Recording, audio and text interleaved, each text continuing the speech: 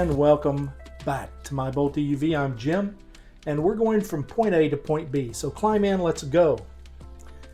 I'm back to talk about the tariffs that the Biden administration imposed on EVs. Well, it's actually more than that, and we're going to talk about that today. What we're going to talk about is what those tariffs are supposed to accomplish, the history of tariffs related to the automotive industry, what is actually included in the tariffs. It's more than just EVs. Who's going to benefit? Who favors the tariffs? Is it election year pandering? And we're going to talk about what I think is a solution that will actually work and one that makes sense. And I'm going to reveal a Chinese surprise that most of you are probably unaware of. So sit back, relax, and we're going to go through these points as quickly as possible. So first, let's talk about what's the purpose. The purpose of the tariff is to keep cheap Chinese electric vehicles from flooding our markets here in the USA. Currently, there is a company in China that builds a very good, well-produced EV for about $10,500 US. And that's already killing our export capabilities from the US as far as EVs go. In fact, it's killing our export market for cars in general. And currently, there are no cars built in mainland China coming into the United States of America. That just isn't happening. So what's the purpose of the tariff? To keep cheap EVs out of America. So let's talk quickly about the history of tariffs on the automobile industry. And we're going to go back into the 1950s and 60s when Toyota and Nissan, actually Datsun at the time, first hit our shores, and the tariffs that were imposed on them to slow them down. And they were favored by all of our domestic automakers, General Motors, Chrysler, Ford, American Motors at the time. And it did not work. And by the 1973 Yom Kippur oil crisis, where OPEC stopped importing oil into the United States of America, it became a moot point. Moving into the future, in 2018, Trump imposed a 25% tariff on Chinese automobile imports, and Biden has quadrupled that now. He's quadrupled down to make that 100%. So next we're going to talk about what is actually included in that tariff. So what is actually included in that tariff? Well, cars, most especially EVs, at 100%. But it also includes things like lithium, graphite, and magnets that are used in the production of EVs here in the United States of America. That's between 25 and 50% depending on the material. But more importantly, it includes steel and aluminum, and that affects more than just the automotive industry. That's a 25% tariff. And finally, a 25% tariff on all semiconductors coming out of China. This will affect, again, more than the EV industry. It will affect anything that has a semiconductor in it. Your smartphone, your computer, your televisions, basically all electronics coming out of China. And Biden has just increased the price on most of your consumer goods, your electronic consumer goods, by 25%. And most people are too disengaged to realize this. And who pays for the tariff? You think China's paying for the tariff? No, it's you and I who pay for this tariff. And if you think China is going to be impacted by this, then you obviously do not understand consumerism or basic economics. Let's talk about who's going to benefit from this tariff. Well, ultimately, nobody's going to benefit from this tariff because it's just another way of our federal government to pad their coffers at the expense of average citizens like you and me. It's as simple as that.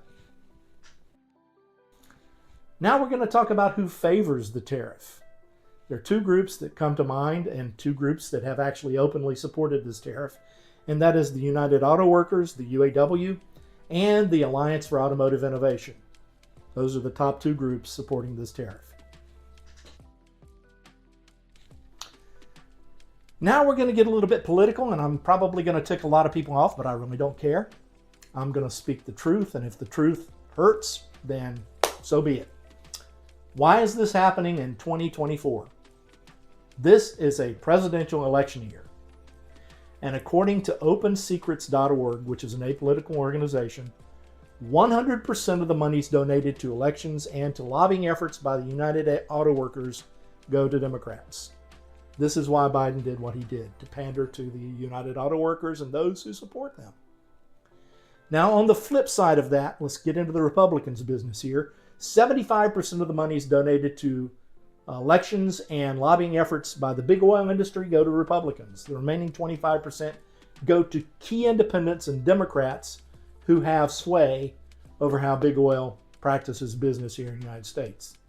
So as you can see from the information on opensecrets.org, there's little to nothing that goes to either political party that would perpetuate the manufacturing of electric vehicles. The UAW just simply don't care because they'll build whatever car they can, whether that be an electric vehicle or an ICE vehicle. They don't care. They'll build ICE vehicles until the planet becomes uninhabitable if need be. And the fossil fuel consortiums, they simply do not care as long as gas is still flowing in the United States of America. Now, the best part of all this is a simple solution to this problem. How can we solve the problem and keep the economics of a free market economy moving forward?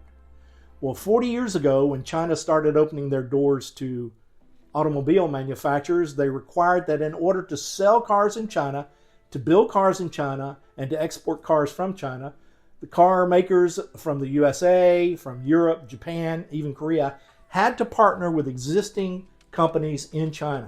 And it worked. All of them did. I say that turnabout is fair play.